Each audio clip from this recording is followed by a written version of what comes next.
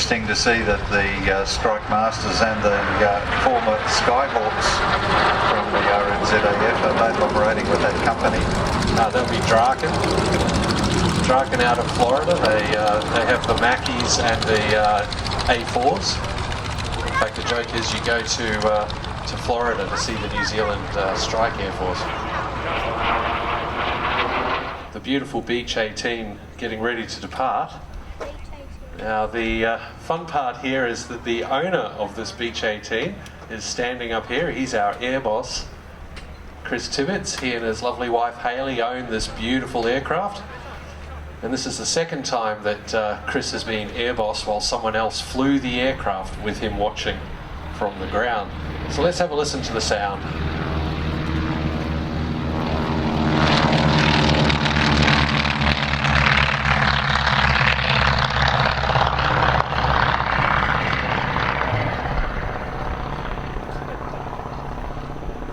The aircraft today being flown by Tim Dugan,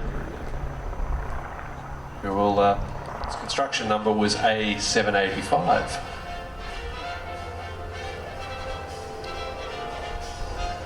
Prototype of the Beech 18 first flew in January 1937, but it's still quite a modern looking aircraft. They produced over 9,000 of these machines, and they were building them right up until 1970, the Beech 18, but they were the contemporaries, and the reason that Beechcraft and the Beech 18 in particular took off was Lockheed went on to other things. They were, with the outbreak of war, building the Hudson, then the Lodestar, the P-38. Okay, very busy indeed. Also a similar configuration to the Cessna Bobcat. I believe it was the C-45? Yep. Gunners and also navigators trained on the Beech 18 before they went into service on other aircraft like the B-17s, Mitchells, B-24s, etc.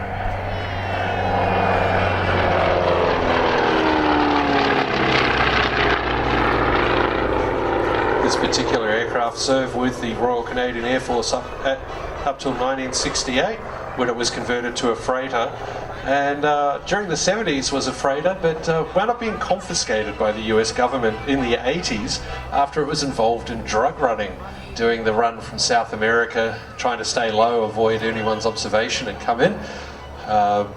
It was of course impounded and eventually restored, and I hear there's lots of people who like to restore old drug runners because they want to get all the panels off and have a look what might be inside.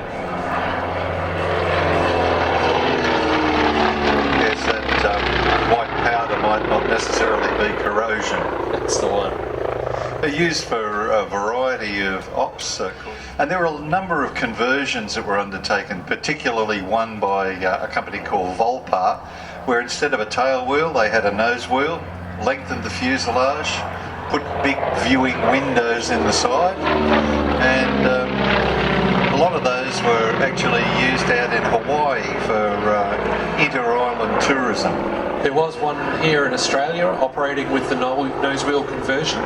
I was privileged to go flying on that with my very young son out of around. So if you want to see what it was like to fly in a regional airliner of the 1930s, check out Miss Maple, and you'll find her based up at the Hunter Valley, either at Cessnock or Maitland, and available all year round for adventure flights. Very nice landing there by Tim.